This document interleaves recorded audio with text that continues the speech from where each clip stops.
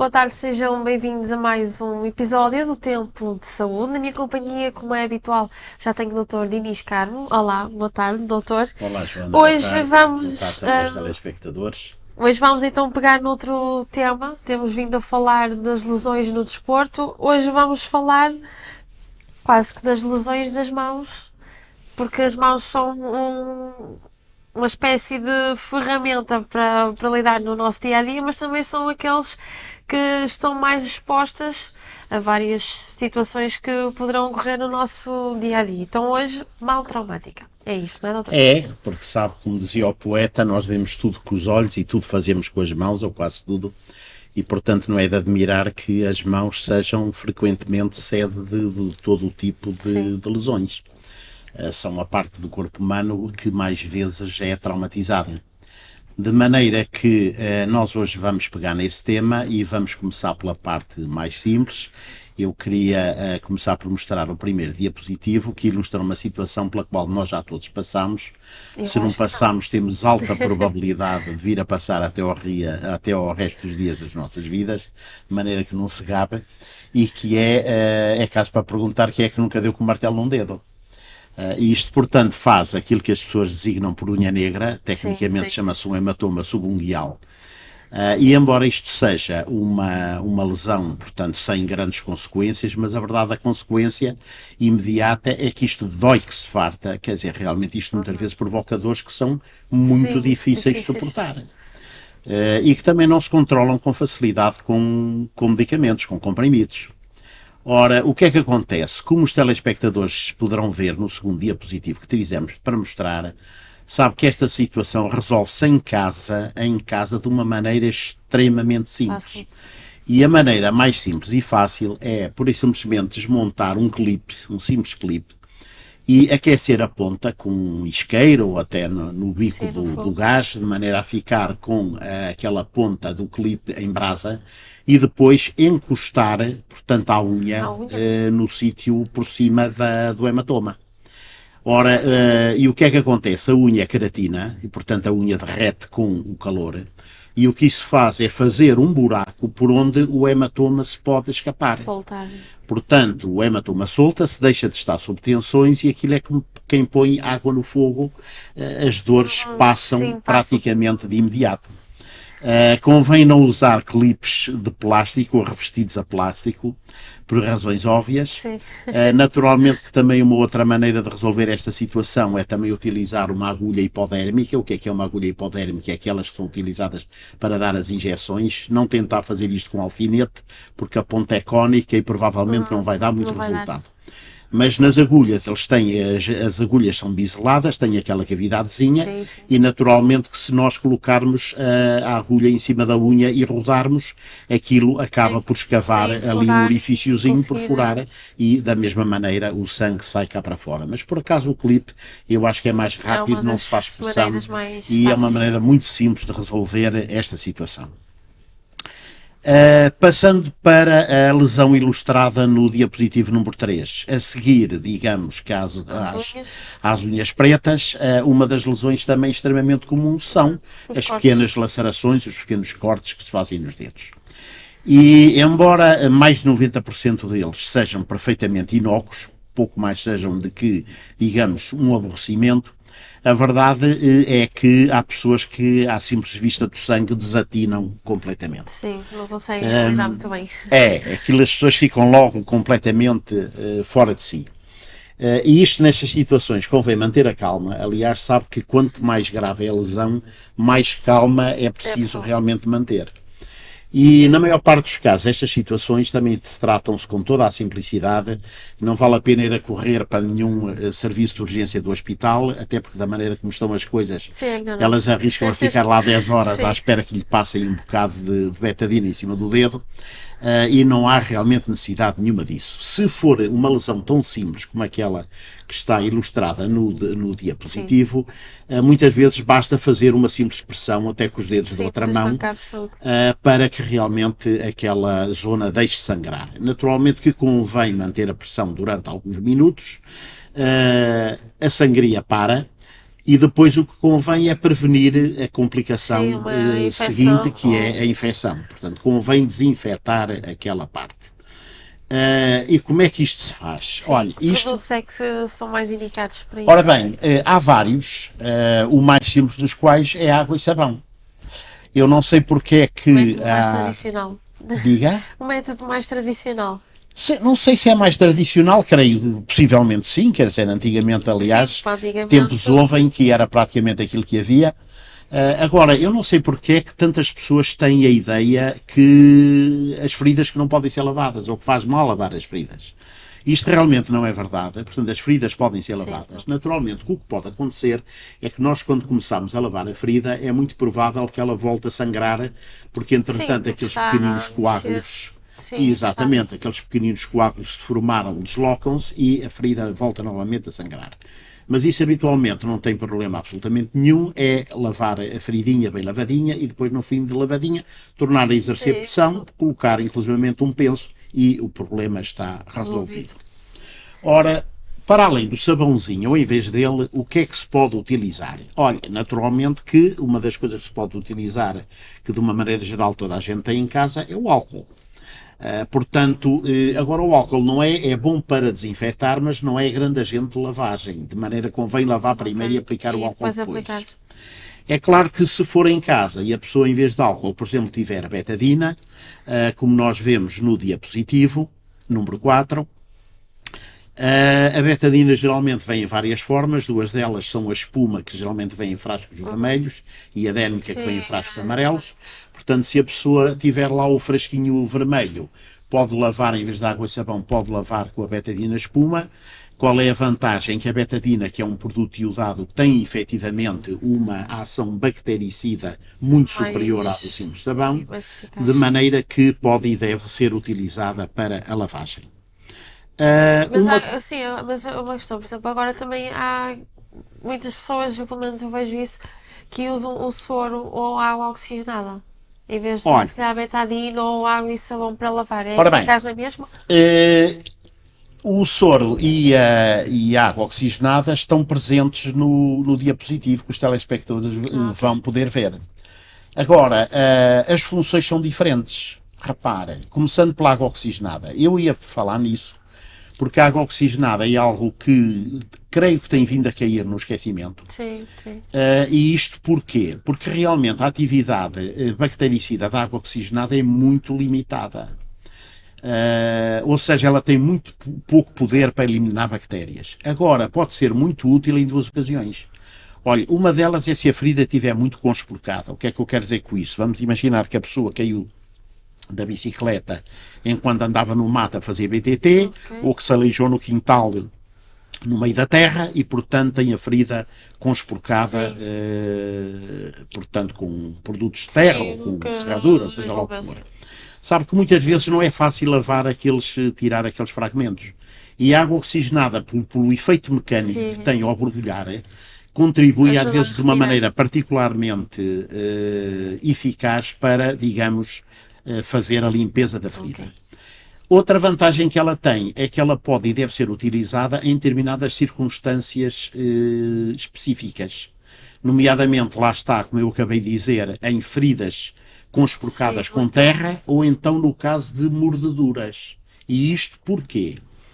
Porque nós já dissemos aqui no Tema de Saúde várias vezes, e creio que as pessoas têm esta noção, de que no mundo dos micróbios há dois grandes grupos, que são os vírus e as bactérias. Bactérias. Portanto, os vírus temos a SIDA, temos o Covid, muito mais recentemente. A grande característica dos vírus é que não são sensíveis aos antibióticos, portanto, não vale a pena estar a tomar São antibióticos no antibióticos são caso de algo se ter viral. uma constipação, que também é causada por um vírus, como vocês sabem. Mas dentro das bactérias, elas também podem ser divididas em dois grandes grupos, e que são as chamadas aeróbias e as anaeróbias. E o que é que isto quer dizer? É que a maior parte das bactérias, as ditas aeróbias, desenvolvem-se melhor na presença de oxigênio, ou seja, na presença de ar. Mas há umas mais esquisitas, que saberá Deus Nosso Senhor porquê, desenvolvem-se melhor na ausência de ar, Sim, no que são as oxigênio. chamadas anaeróbias. E onde é que essas anaeróbias se encontram? Olha, encontram-se muito na terra e encontram-se abundantemente na boca. E é por isso que o tratamento das mordeduras, inclusivamente a mordedura humana, pode ter consequências muito para além daquilo que à primeira vista, sim, digamos, as pequenas feridas podem indicar. Mas acerca disso iremos falar numa outra ocasião. Relativamente ao soro fisiológico, isto também há aqui, ainda bem que você falou nisso, porque há aqui uma noção que eu tenho visto desenvolver-se e, curiosamente, parece que até nos próprios técnicos de saúde ou em alguns técnicos de saúde. Agora, realmente, eu vejo muito mais mesmo profissionais de saúde a usarem o soro do que, por exemplo, se via antes. Eu, pelo menos, tenho essa ideia. Olha, tem você, tenho eu. Eu também tenho exatamente a mesma ideia. E sabe que eu tenho uma grande dificuldade em perceber essa ideia.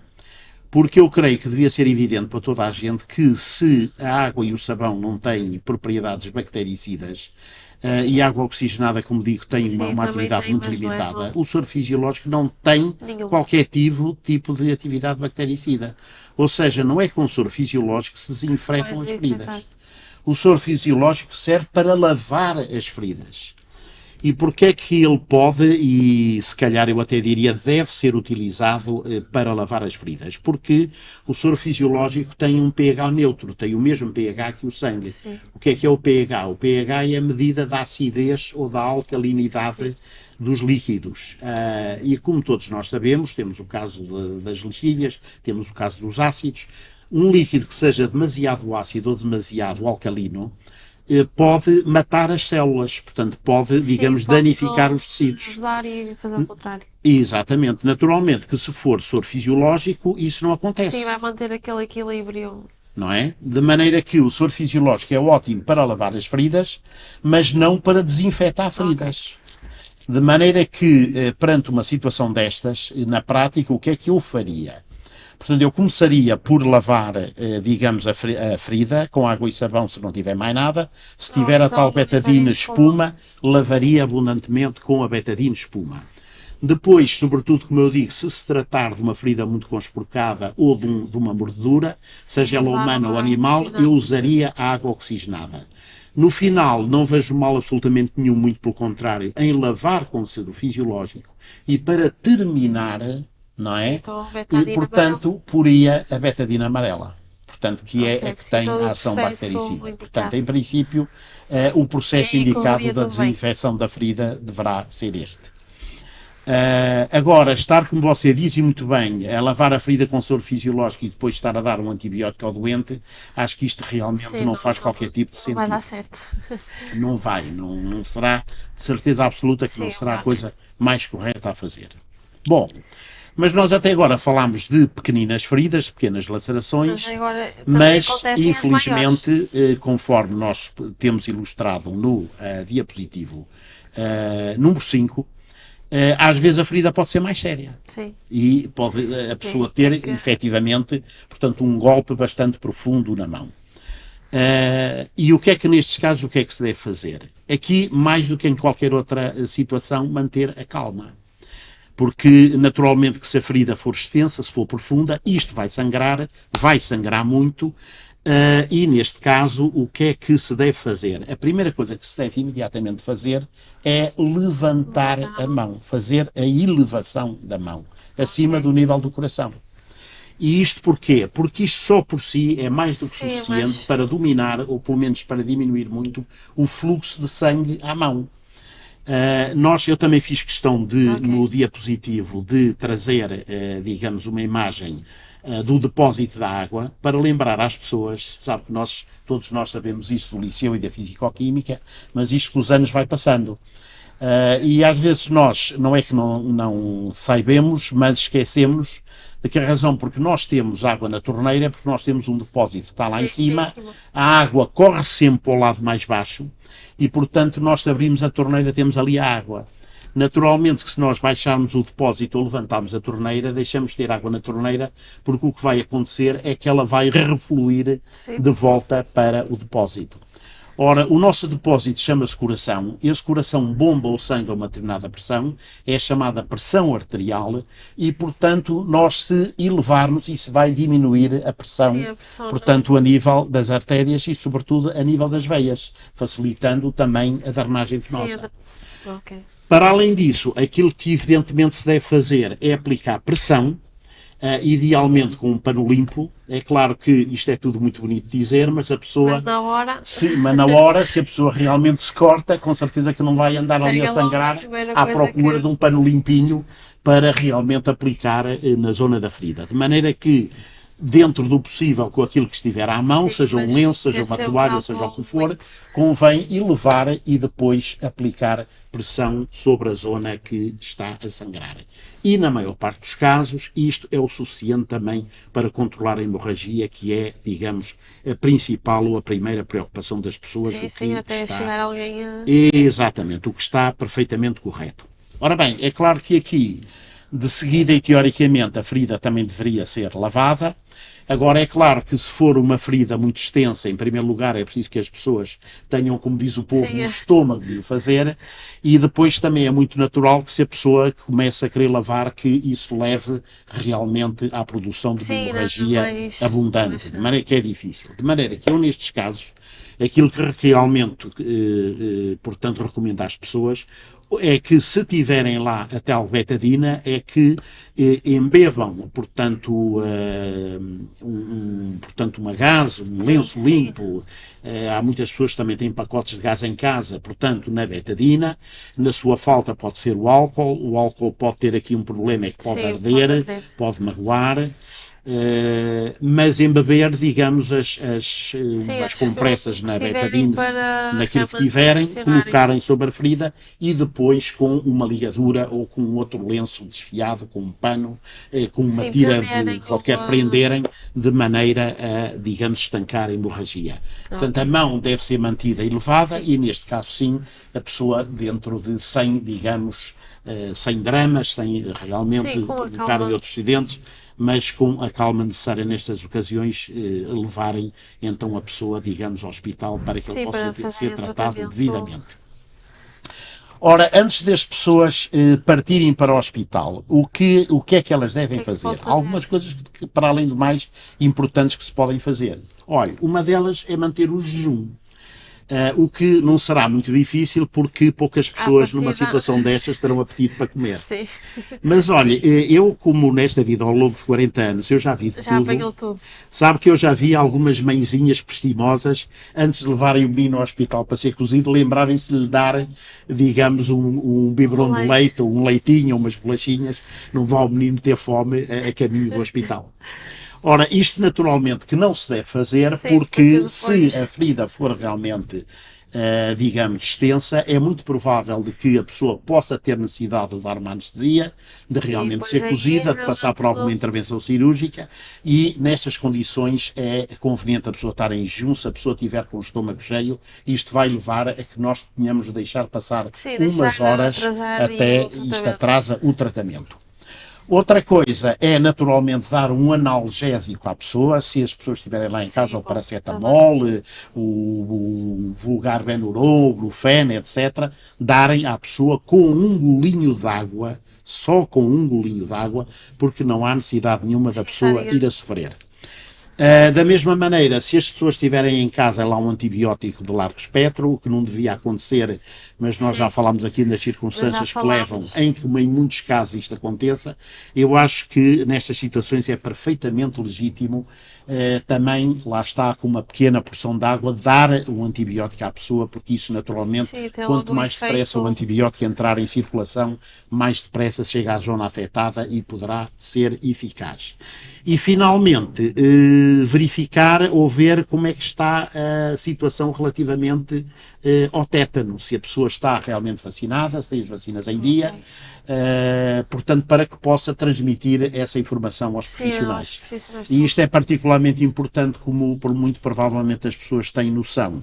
Se as pessoas estiverem aleijado, portanto, em contacto com peças ferrugentas, ou então, uma vez mais, com o solo, com a terra. Sim, sim. Na parte de cima deste mesmo diapositivo, eu tenho também aqui escrito, e deixei para o fim de propósito, dizer não ensaiar movimentos dos dedos. E o que é que eu quero dizer com isto e porque é que eu deixei para o fim? Porque repara, é que isto, digamos, é uma coisa que se deve fazer teoricamente, de maneira que eu vou aqui mencionar, mas é claro que isto na prática é quase impossível, digamos, as pessoas não fazerem isto. E fazer o quê? Eu acho que é a coisa mais natural deste mundo, quem fez um golpe na mão ou nos dedos, ir experimentar, ver se aquilo funciona. Ora, qual é o problema de fazer isto? É que se por acaso a pessoa... O problema não é a pele, é que o problema é que se a pessoa cortou um dos tendões flexores dos dedos, nós, ao fazermos a flexão, o que é que acontece? O músculo puxa e o tendão que está solto porque foi cortado, o tendão migra, quer dizer, desloca-se no sentido do antebraço. Ou seja, esse tendão que deveria estar aqui vai passar a estar na palma da mão. Pronto, isto naturalmente, o que torna a situação mais complicada. Naturalmente que isto é um pormenor que todos os profissionais, pelo menos aqueles que têm o mínimo de experiência da cirurgia da mão, sabem, de maneira que é claro que isto, de qualquer das maneiras, obriga um passo adicional, é que nós teremos de fazer uma incisão aqui na palma da mão, mais ou menos no local onde nós calculamos que o tendão tenha retraído, para o ir lá buscar, para depois o poder voltar a pôr no sítio. Pronto, ainda mais haveria para dizer, de qualquer das maneiras, eu acho que nós já temos... que estas nossas mãos podem lidar no nosso dia-a-dia, e também ainda por cima agora com o inverno, também temos se calhar a tendência a ter um pouco mais de... Aliás, devia ser o contrário, devíamos ter mais cuidado com as mãos, mas nunca se sabe. E pode pegar uma faca e cortar. Isto em qualquer altura, isto diz o nosso povo, para morrer a única coisa que é preciso estar vivo. É vivo. E naturalmente que para a pessoa fazer qualquer laceração das mãos basta andar neste mundo. Muito bem, doutor. Acho que depois continuaremos com este assunto. Acho que sim, dá muito mais a dizer e por uma questão, exatamente, por uma questão de tempo, acho que hoje vamos ficar por aqui. Muito bem, doutor. Obrigada então pela sua Nada, ora essa, foi um gosto, como sempre. E já sabe que pode ver este programa, rever outros nas nossas plataformas sociais e em novumcanal.pt. Muito boa tarde.